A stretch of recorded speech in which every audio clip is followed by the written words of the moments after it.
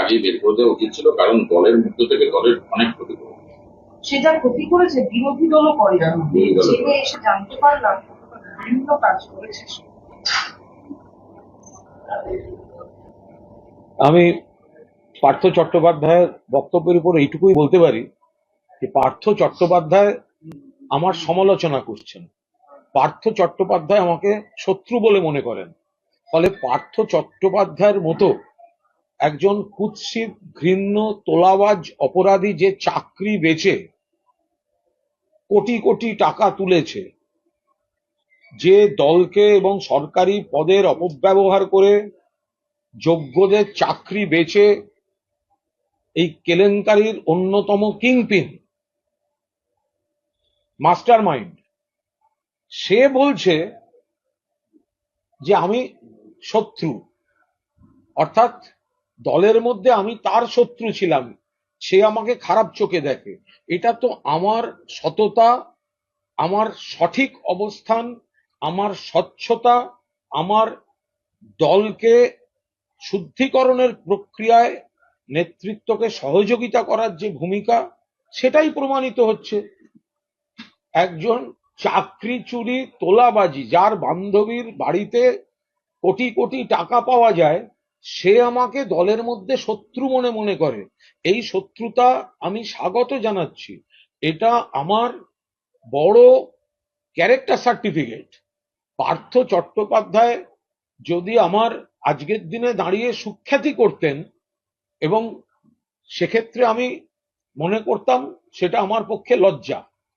পার্থ চট্টোপাধ্যায় তার বাড়িতে, তার বান্ধবীর বাড়িতে যে কোটি কোটি টাকা পাওয়া গিয়েছে, চাকরি বিক্রি করার টাকা, শিক্ষামন্ত্রীর পদে বসে চাকরি বিক্রি করার টাকা, সেই পার্থ চট্টোপাধ্যায় যদি কুণাল ঘোষকে শত্রু বলেন, প্রতিপক্ষ বলেন, খারাপ বলেন, তাহলে পার্টির মধ্যে কুণাল ঘোষ যে সঠিক পথে ছিল সেটা প্রমাণিত হয়। এই ক্যারেক্টার সার্টিফিকেট দেওয়ার জন্য আমি পার্থ চট্টোপাধ্যায়কে ধন্যবাদ এবং অভিনন্দন জানাচ্ছি। পার্থ চট্টোপাধ্যায় তার মতো চাকরি বেচার মাস্টার মাইন্ড, তিনি যদি আমাকে শত্রু বলেন, আমাকে তার অপছন্দের বলেন, সেটা তো ভালো কথা। তার মানে এই চাকরি বেচা পার্থ চট্টোপাধ্যায়, কোটি কোটি টাকার তোলাবাজির পার্থ চট্টোপাধ্যায়দের চক্রে কুণাল ঘোষ ছিল না, এবং এদের বিরোধিতা করে বলেই কুণাল ঘোষ যুগে যুগে খারাপ হয়। এটা তো আজকে প্রমাণিত। এখন দেখতে হবে পার্থদা যে এই আমাকে দুর্বল করার কথা বলছেন, তো সেটা উনি জেল থেকে কাউকে কাউকে খবর পাঠিয়ে এই ধরনের কাজ করাচ্ছেন কিনা, তো সেই প্রশ্নটাও তো আমাকে খতিয়ে দেখতে হবে। তাহলে অজিত চৌধুরী বলছেন যে আপনি বলেছেন যে চাকরি বিক্রির কথা 2021 সালে জানতো তৃণমূল, যেই আপনি বলেছেন তাই আপনার তারকা তখন বা আপনার পদ থেকে আপনি খুন হয়ে যেতে পারেন, এবং বা আপনাকে খুন হয়ে যেতে পারেন। দেখুন, আমি তৃণমূল পরিবারের সদস্য, আমি মমতা বন্দ্যোপাধ্যায়ের সৈনিক, মমতাদি আমার নেত্রী, অভিষেক বন্দ্যোপাধ্যায় আমার সেনাপতি। আমি তৃণমূল কংগ্রেস পরিবারের সদস্য। কোন পদ থাকলো কোন পদ থাকলো না এটা আমার কাছে ম্যাটার করে না। আমি তৃণমূল কংগ্রেসের কর্মী, আমি তৃণমূল কংগ্রেসের সমর্থক ছিলাম, আছি, এবং আমি সেভাবেই কন্টিনিউ করতে চাই। এর বাইরে এ বিষয়ে আমার কোনো বক্তব্য নেই। আমি মনে করি এবার তৃণমূল কংগ্রেস 30 থেকে 35টি আসন পাবে।